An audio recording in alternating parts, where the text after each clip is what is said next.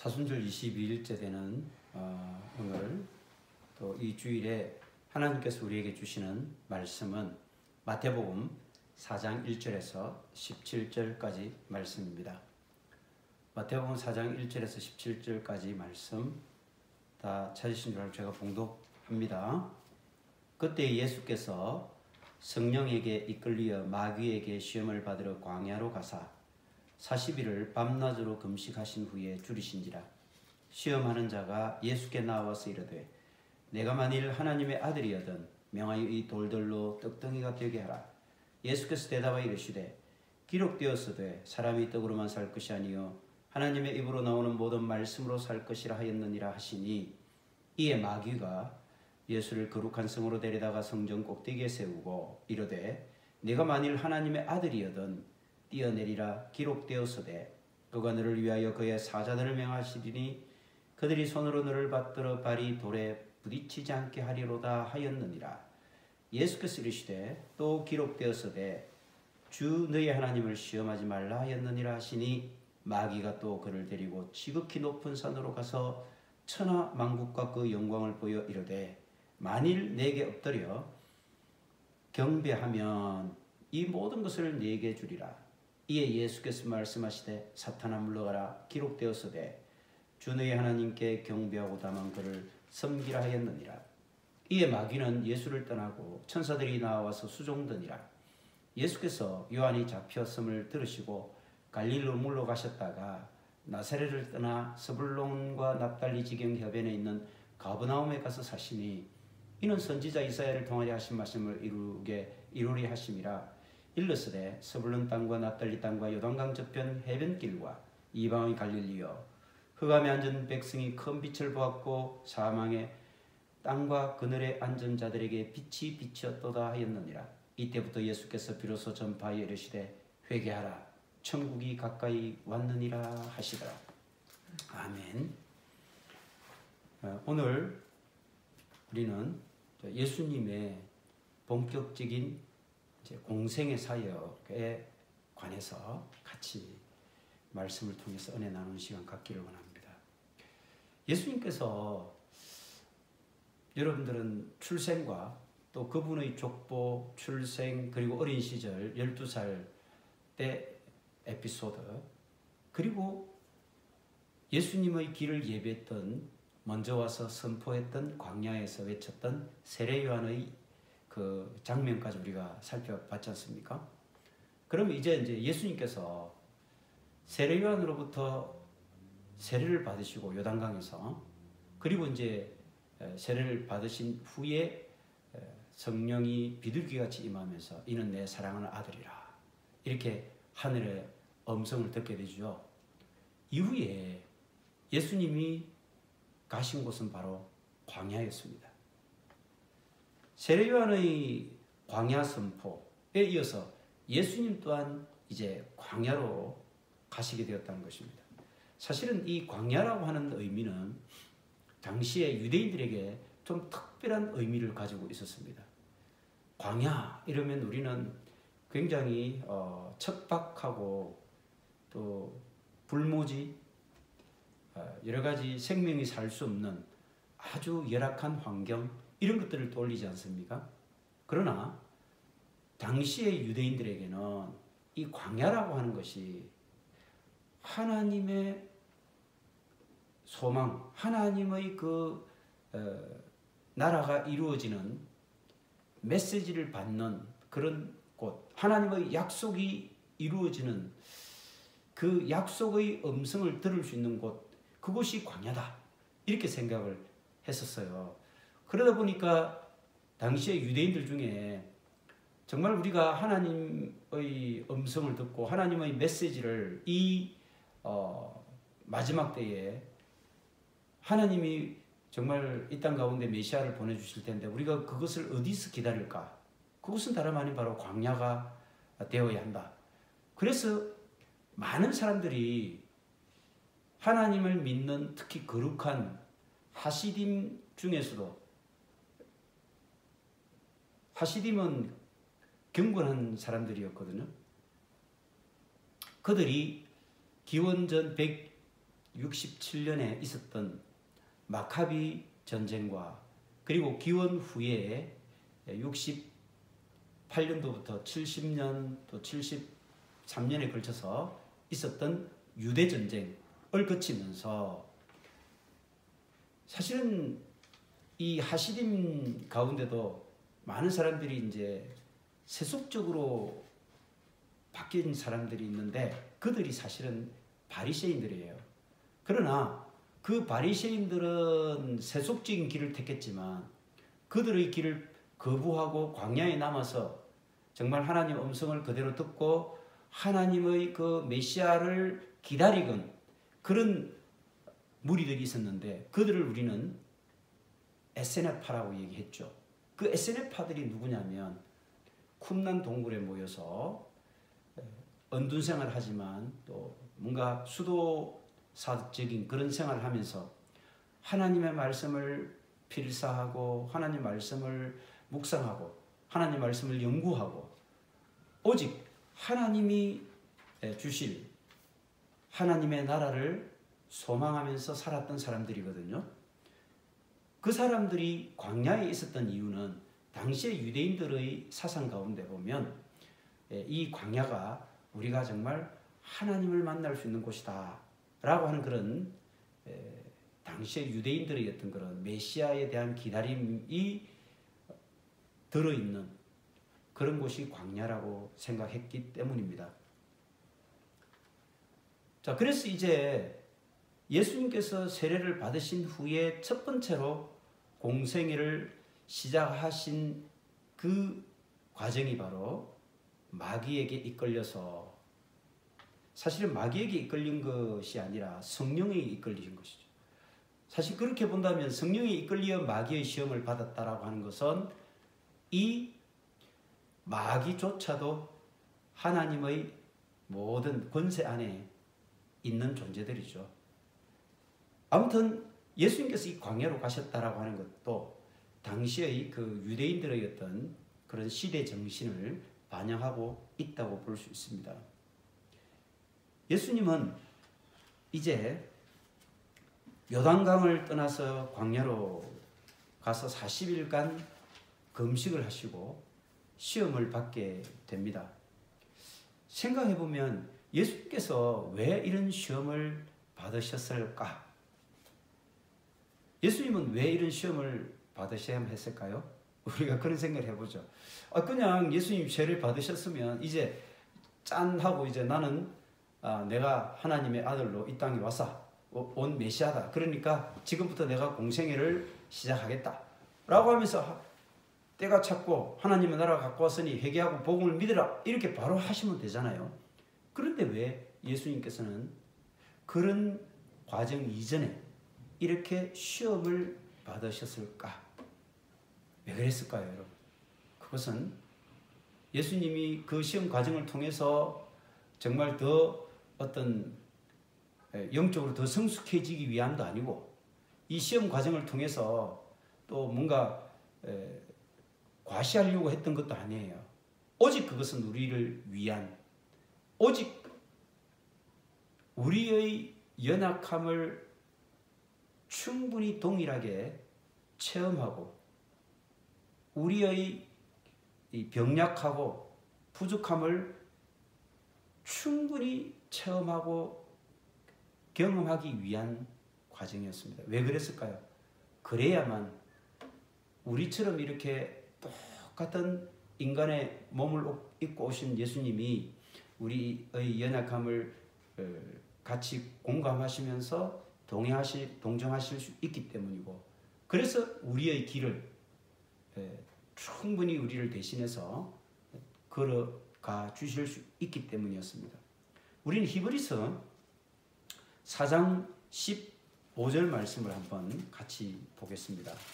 4장 15절에 히브리서 4장 15절에 보시면 우리에게 있는 대제사장은 우리의 연약함을 동정하지 못하실 이가 아니요 모든 일에 우리와 똑같이 시험을 받으신 이로되 죄는 없으시니라.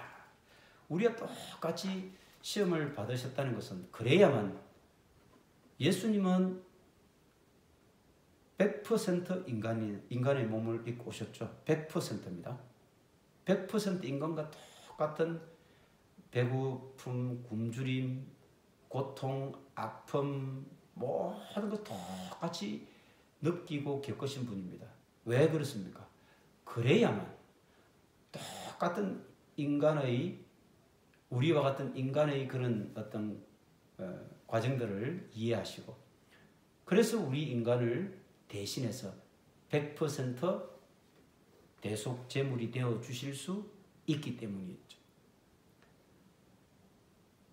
예수님이 우리와 이런 똑같은 성정을 가지신 육신과 아픔을 가지신 예수님의 이 고통을 통해서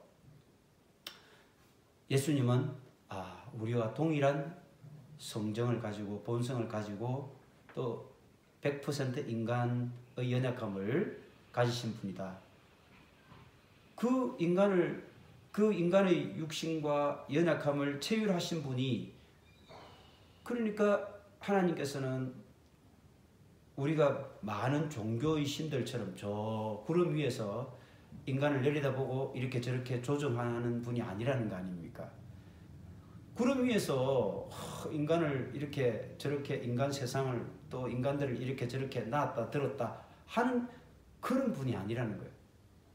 충분히 인간 자신이 피조물인 인간 자신이 되어서 오셔서 그 피조물의 모든 고통과 연약함을 다 체험하신 분이잖아요.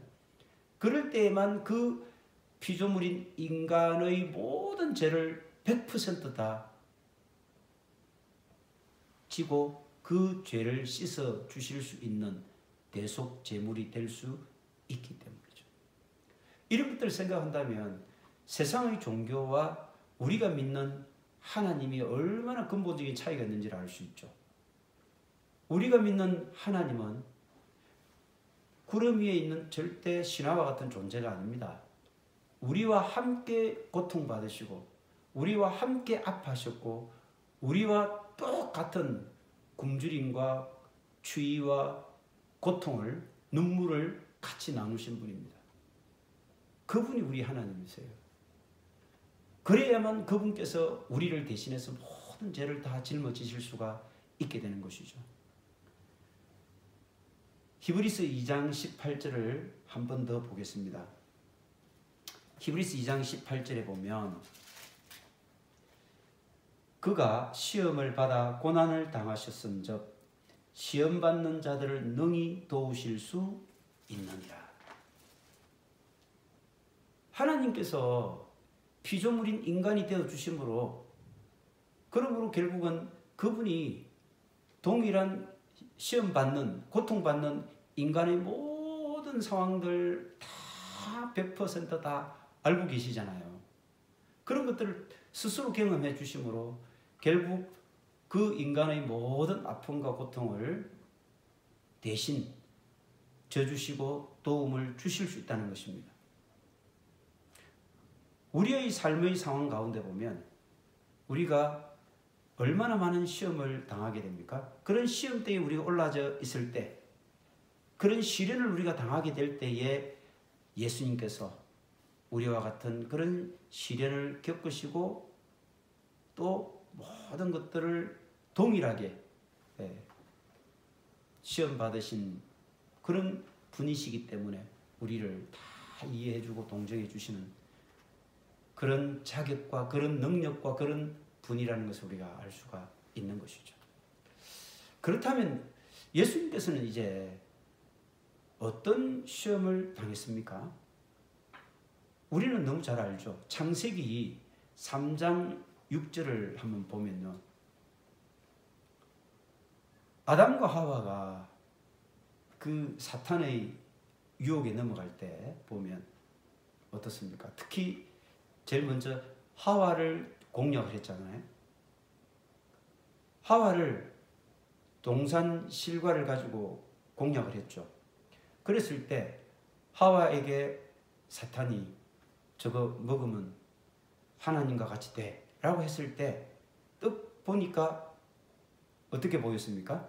그 동산 실과에 있는 선악과가 먹음직도 하고 보암직도 하고 지혜롭게 할 만큼 탐스럽기도 한지라 이렇게 나와 있죠. 사탄의 전략은 이렇습니다. 먹음직스럽게 보암직스럽게 지혜롭게 할 만큼 탐스럽게 모든 것들을 포장해서 우리 인간을 유혹하는 것이죠. 오늘 본문에도 보면 사탄의 예수님을 유혹하고 시험하는 과정이 동일하게 나옵니다. 이것을 요한 1서 2장 15절에서는 우리 잘 알죠. 요한 1서 2장 15절 16절 말씀을 제가 읽어드립니다. 이 세상이나 세상에 있는 것들을 사랑하지 말라. 누구든지 세상을 사랑하면 아버지 사랑이 그 안에 있지 아니하니 이는 세상에 있는 모든 것이 육신의 정욕과 안목의 정욕과 이상의 자랑이니 다 아버지께로부터 온 것이 아니요 세상으로부터 온 것이다. 세상에 있는 모든 것은 다 육신의 정욕이고 이생의 자랑이고 또 안목의 정욕이 되는 것이지 이것은 절대로 하나님께로부터 온 것이 아니라고 했습니다. 사탄의 시험들이 바로 이 하나님께로 온 것이 아니라 사탄에게 속해 있는 이 땅의 것, 이 세상의 것, 그걸 가지고 시험했다는 것이죠. 예수님께서 시험 받으신 내용도 동일한 거예요. 그래서 에덴 동산의 그 시험, 그것을 동일하게 사탄이 예수님을 대상으로 똑같이 또 시험을 하는 거예요. 그 시험이 첫 번째 시험이 뭐였습니까? 이 돌들을 가지고 떡이 되게 해라. 이거잖아요. 예수님께서 40일 동안 금식하니까 얼마나 배가 고프시겠습니까? 이 말씀은 뭐예요? 예수님이 똑같은 인간의 육신을 100% 인간으로 오셨다고 했잖아요. 그러면 결국은 인간이 겪을 수 있는 그 배고픔과 굶주림의 고통을 예수님은 철저하게 체험하셨다는 것입니다. 그랬을 때 이 사탄의 시험이 제일 먼저 먹음직스럽게 보이도록 하는 이 육신의 정욕, 육신의 정욕을 시험 도구로 사탄이 꺼내든 것입니다. 이 마태복음 이제 4장 3절에서 우리 4절까지 우리 읽었지 않습니까? 돌들을 떡이 되게 하라고 하는 것은 무슨 뜻입니까? 사탄은 이미 예수님이 하나님의 아들임을 알고 있기 때문에 너 충분히 그런 능력 있잖아. 그러니까 이 배고프지 이 돌을 떡이 되게 해서 너 먹어 라고 하는 말씀이거든요. 그랬을 때 하나님의 능력을 충분히 가지고 있고 예수님께서는 뭐 그보다 더 큰 능력도 행하실 수 있는 분이었지만 예수님은 일체 그 능력을 발휘하지 않으셨다는 것입니다. 철저하게 능력을 발휘하면 어떻게 될까요? 물론 능력을 발휘하실 수도 있었겠지만 지금 예수님은 누구의 계획표대로 움직이고 있습니까? 하나님의 계획표대로 움직이고 있잖아요. 그러니까 하나님께서 지금 너는 이 땅 가운데서 100% 인간으로서의 길을 걷고 십자가를 져야 된다라고 하는 거잖아요. 그 말씀을 따라서 예수님은 지금 움직이고 계시는 거잖아요. 그래서 예수님께서는 이렇게 말씀을 하십니다. 기록되었으되 사람이 떡으로만 살 것이 아니요 하나님의 입으로 나오는 모든 말씀으로 살 것이라. 우리가 너무 잘 아는 신명기 8장 3절 말씀입니다. 백성들이 광야를 갈 때 출애굽 이스라엘 백성들은 배가 고파서 제발 좀 먹을 거 좀 달라 이렇게 아우성치고 있을 때 하나님이 만나를 내려주시죠. 그래 너 만나 실컷 만나게 먹어봐 라고 하시면서 하나님이 만나를 내려주시는데 사실은 그 만나를 통해서 하나님이 얼마나 안타까운 마음을 가지고 계셨을까요? 왜 그렇습니까? 정말 우리가 먹고 누려야 될 것은 육신의 배를 부르게 하는 떡의 문제보다는 우리의 어떤 영혼을 충족시키고 또 우리 영혼의 영원한 창조주이시며 아버지 되시는 하나님을 찾는 영혼에 대한 갈급함이 있었어야 되는데, 그래서 하나님의 말씀에 대한 사모함으로 굶주리고 갈급했어야 하는데, 이 사람들은 전부 다 육신의 굶주림만 생각했다라고 하는 것입니다. 그래서 하나님은 모세를 통해서 그런 말씀을 하십니다. 사람이 떡으로만 사는 게 아니란다. 하나님의 입으로 나오는 말씀으로 사는 것이다. 이렇게 말씀을 하시지 않습니까? 제가 그 부분을 한번 읽어드리겠습니다. 신명기 8장 3절 말씀.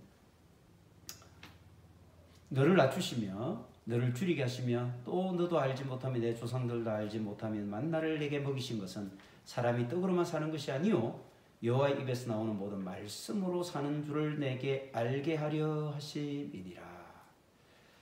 이 광야길을 통과하면서 이런 시험을 겪게 하신 이유가 사실은 하나님이 떡을 주시는 분이다라고 하는 것을 알게 하신 목적도 물론 있겠지만, 그것보다 더 중요한 것은 사람이 떡으로만 사는 존재가 아니다. 그래서 육신적으로 배부름으로 그치게 된다면 그 사람은 어떻게 되겠습니까? 육신의 생명이 끝나면 그건 모든 게 끝나버리잖아요. 그러나 우리 하나님의 목적은 광야를 통해서 끊임없이 하나님의 말씀을 우리가 먹어야 되고, 하나님의 말씀을 통해서 우리가 살아갈 수 있는 존재라고 하는 것을 깨닫게 됨으로써 그 말씀을 통해서 우리가 육신이 끝나도, 육신은 죽어 흙이 된다 하더라도 우리는 영원히 하나님 나라의 백성이 될 수 있지 않습니까? 중요한 것은 우리는 육신의 배부름을 위한 만나를 찾는 사람이 아니라 우리 영혼의 영원한 생명을 위해서 하나님의 말씀의 만나를 우리가 찾아 헤매는, 그것을 하나님께 구하는 자들이 되어야 한다는 것입니다. 두 번째 보니까 사탄의 시험은 이렇게 시작됩니다. 성전 꼭대기로 데려가서 뛰어내려라. 그러면 천사들이 와서 너를 수중들지 않겠나, 이렇게 하거든요. 이것은 무엇입니까? 이생의 자랑이죠. 많은 사람들이 야, 하나님의 진짜 하나님의 아들이 맞다. 천사들이 와서 사뿐히 예수님을 받아서 땅에 딱 이렇게 내려놓으면 아, 저 사람이 정말 하나님의 아들 맞네 라고 하며 수많은 사람들이 예수님을 따랐겠죠. 이생의 자랑입니다. 그러나 예수님께서는 신명기 6장 16절 말씀으로 또 대응을 하시죠. 너희가 마사에서 시험한 것 같이 너희의 하나님 여호와를 시험하지 말라. 하나님 여호와를 시험하지 말라고 했습니다. 이생의 자랑을 위해서 하나님을 이용하고 하나님의 능력을 동원해서 이생의 자랑을 하고 이생의 자랑거리로 삼으려고 하는 사람들이 얼마나 많습니까? 예수님은 세상 사람들의 모든 칭송과 인정과 숭배를 거부했습니다. 세 번째 사탄의 시험 내용을 한번 보겠습니다. 높은 산 천하만국을 보여줬죠. 높은 산에서. 그리고 마귀가 뭐라 합니까? 나에게 경배해. 그러면 내가 이 모든 천하만국을 다 너에게 줄게. 이렇게 합니다. 천하만국을 보여줍니다. 멋진 광경이고 멋진 것들을 다 보여줍니다. 안목의 정욕이죠. 그래서 이 안목의 정욕에 대해서 또한 예수님은 말씀으로 대응을 하시는데 6장 동일하게 신명기 6장 13절 말씀을 제가 읽어드릴게요. 내 하나님 여호와를 경외하며 그를 섬기며 그의 이름으로 맹세할 것이니라. 오직 섬길 분은 하나님 아버지 한 분뿐이다. 우리가 아무리 천하 만국의 권세를 주고 천하 만국의 아름다운 것들을 다 우리가 누린다 할지라도 우리가 경배할 분은 누구라는 얘기입니까? 하나님 한 분이다. 하나님 한 분. 이 땅 가운데서 우리는 얼마나 멋진 것들이 많은지 모릅니다. 사람들은 그것들을 우상처럼 생각하고 그것들을 엉켜잡고 그것들을 숭배하는 그런 흐름들을 우리는 많이 보게 되죠. 그러나 예수님께서 분명히 말씀하십니다. 우리가 경배해야 될 것은 이 땅의 천하만국의 모든 아름다움이나 천하만국의 어떤 그런 훌륭함이나 멋진 권세나 이런 것들이 아니라 오직 하나님 한 분, 그분만이 우리의 예배를 받으시고 우리가 경배하기에 마땅한 분이다. 하나님 외에는 아무도 없다. 이것을 분명히 말씀하십니다. 이제 우리는 이 사탄이 예수님을 공략한 이 시험의 내용들을 우리가 쭉 살펴봤는데, 에덴 동산에서 하와를 유혹했던 사탄의 그 시험과 동일하다는 걸 알 수 있죠. 먹음직도 하고 보암직도 하고 지혜롭게 할 만큼 탐스럽기도 한 그런 것들이 이제 예수님에게도 동일하게 이 사탄이 시험거리로 제시했던 것입니다.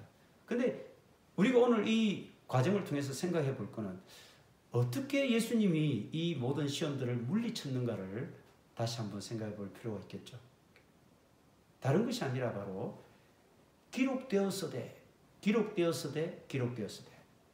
바로 예수님은 구약의 신명기 말씀을 가지고 이 모든 시험들을 다 물리쳤다는 것을 알 수가 있습니다. 우리에게 예수님보다도 더 가혹한 시험들이 닥칠 수도 있을 것입니다. 예수님께서 굳이 이런 시험을 받으신 목적이 뭐라고 했습니까? 우리 역시 그런 시험을 동일하게 만나는 존재들이라는 것을 말씀해 주신 거잖아요. 그러면서 예수님이 이 시험을 통해서 이 시험들을 어떻게 물리쳐야 하는 것을 우리에게 또 가르쳐 주신 것이 되는 것이죠. 우리 역시 이와 같은 육신의 정욕과 안목의 정욕과 이생의 자랑, 이런 시험을 만나게 되었을 때 우리는 어떻게 대처해야 될 것인가? 그 대처가 다름 아닌 바로 하나님의 말씀이라고 하는 것입니다. 고린도전서 10장 13절을 보겠습니다. 자, 고린도전서 10장 13절. 사람이 감당할 시험 밖에는 너희가 당한 것이 없나니 오직 하나님은 미뻐사 너희가 감당하지 못할 시험 당함을 허락하지 아니하시고 시험 당할 즈음에 또한 피할 길을 내사 너희로 능히 감당하게 하시느니라. 우리가 하나님이 우리를 시험하실 때에 절대로 감당할 수 없는 시험을 허락하지 않는다고 했습니다. 또 우리가 시험을 당하게 되면 반드시 하나님께서는 그 피할 길을 예비해 주신다고 했습니다. 사실은 우리가 오늘 예수님이 당한 이 시험과 같은 그런 시험들을 우리 인생에서 얼마나 많이 당합니까? 그럴 때 우리가 그 시험을 피할 길이 어디에 있다는 것입니까? 우리에게 이미 주셨습니다. 바로 이 말씀이죠. 이 말씀이죠. 피할 길을 예비해 주신다고 했는데 그 피할 길을 예비해 주시는 것이 어디에 있습니까? 바로 성경 말씀에 있다는 것입니다. 그래서 에베소서 6장 17절 우리가 너무 잘 알죠. 하나님의 전신 갑주를 입어라. 진리의 허리띠를 띠고 의의 흉배, 호심경을 붙이고 평안의 복음을 전하는 신발을 신고 믿음의 방패를 가지고 적의 불화살을, 사탄의 불화살을, 사탄의 유혹의 불화살을 방패로 다 물리치고 막아내라. 이렇게 말씀하지 않습니까? 구원의 투구를 쓰고 마지막에 성령의 검, 곧 뭐라고 했습니까? 하나님의 말씀으로 적을 물리쳐라. 우리의 적은 누굽니까? 이 예수님을 유혹하고 시험한 사탄 마귀, 이 사탄 마귀를 물리치는 적극적인 무기가 성령의 검, 곧 하나님의 말씀이 되는 것입니다.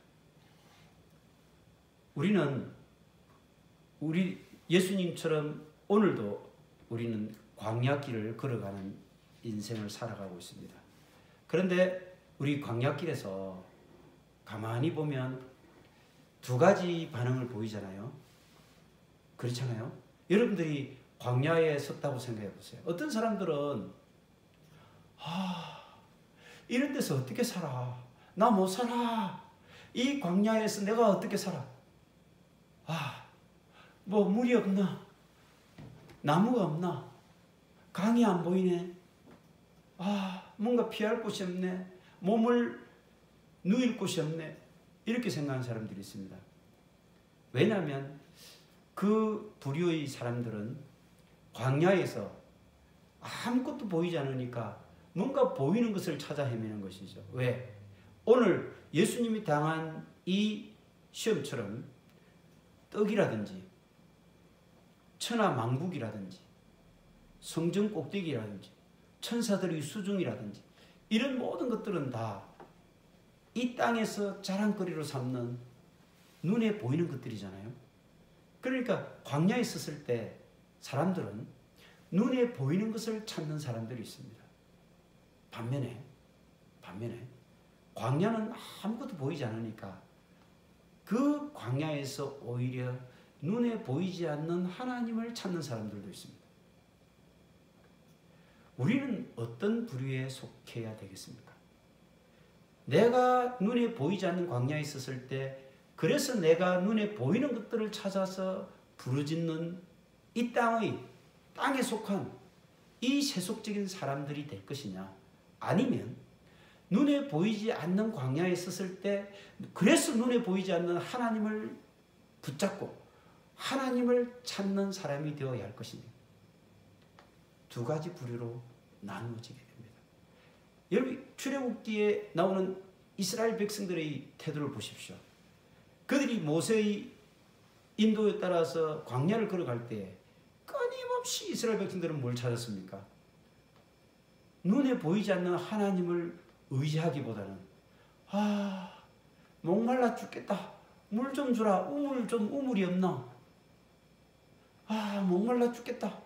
나무가 있으면 좋겠다. 이 오아시스 좀 나타났으면 좋겠다. 배가 고파 죽겠다. 뭔가 떡이나 맛있는 고기가 있으면 좋겠다. 이스라엘 백성들의 모습이 바로 그랬잖아요. 그러나 그 모든 광야 40년 길에도 흔들리지 않고 묵묵하게 보이지 않는 광야길에서도 보이지 않는 하나님만 붙잡고 걸어갔던 지도자 모세, 그가 1400년 후에 예수 그리스도의 시험 받는 현장 속에서도 동일하게 예수님 또한 눈에 보이지 않는 이 광야 가운데서도 눈에 보이는 것으로 시험한 사탄의 길을 거부하고 눈에 보이지 않는 하나님의 말씀을 붙잡아야 되는 것으로 승리의 방법을 가르쳐 주셨다는 것입니다. 그렇다면 이제 그로부터 2000년이 지난 오늘 우리들에게 우리가 눈에 보이지 않는 이 광야에 섰을 때 우리 역시 눈에 보이는 이 땅의 영광과 권세와 먹을 것과 그런 세상의 아름다운 것들을 따라갈 것이냐, 아니면 모세처럼 3400년 전의 모세처럼 그리고 2000년 전의 예수 그리스도처럼 그렇게 오늘 우리도 이 보이지 않는 이 광야와 같은 인생길에서 보이지 않는 하나님의 약속의 말씀을 붙잡고 걸어갈 것이냐. 우리는 선택의 갈림길에 서 있습니다. 끊임없이 오늘도 우리에게 사탄은 유혹합니다. 너 이 눈에 보이지 않는 하나님만 찾을래? 뜬구름 잡는 그 소리에 너가 귀 기울이며 살아갈래? 이 어리석은 인간아? 라고 하는 사탄의 속삭임이 우리에게 변함없이 끊임없이 우리에게 들려지고 있는 오늘 살아가는 우리에게, 우리 그리스도인들에게 우리가 그 사탄 마귀의 속삭임을 거부하고 눈에 보이지 않는 하나님의 약속의 말씀을 붙잡고 이 땅에서는 우리가 영원한 거류자가 아니라 영원한 나그네임을 그래서 하나님의 약속의 그 나라를 향해 걸어가는 하나님의 백성으로 이 광야길을 우리가 걸어가는 사람이 되어야 할 것인가? 우리가 선택을 해야 됩니다. 여러분, 어떤 길이 우리의 정답이 되는 것을 여러분 잘 아십니다. 여러분, 눈에 보이지 않는 광야를 걸어가는 오늘 우리는 눈에 보이지 않더라도 확실한 하나님의 약속의 말씀을 붙잡고 우리가 그 길을 걸어가는 것이 바로 그리스도인 아닙니까? 그리스도인의 신앙이 무엇입니까? 눈에 보이지 않는 하나님의 약속을 마치 눈에 보이는 것 이상으로 확신하면서 걸어가는 것. 이 싸움이 그리스도인의 신앙의 여정임을 여러분 기억하시면서 이 한 주간도 사순절 예수님의 고난에 동참하는 마음으로 이 사순절 한 주간 또 승리하면서 눈에 보이지 않는 말씀 붙잡고 눈에 보이지 않는 하나님 나라를 바라보며 눈에 보이지 않는 하나님의 그 놀라운 은혜를 기억하면서 승리를 장식하는 한 주간 되시기를 주의 이름으로 축원합니다. 아멘. 우리 다 같이 찬송가 250장입니다.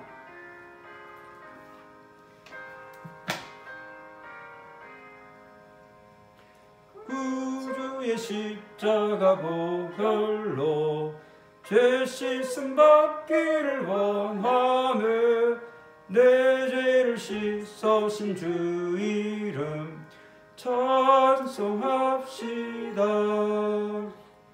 찬송합시다.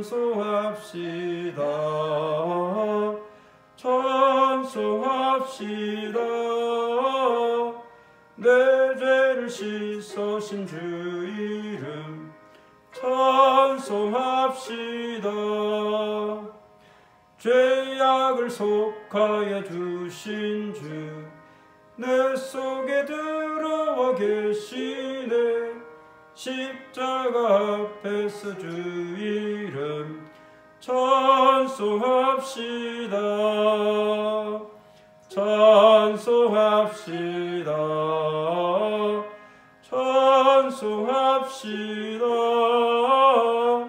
내 죄를 씻으신 주 이름 찬송합시다. 4절 내 주께 회개한 영혼은 생명수 가운데 젖었네. 험악고 순전한 주 이름 찬송합시다.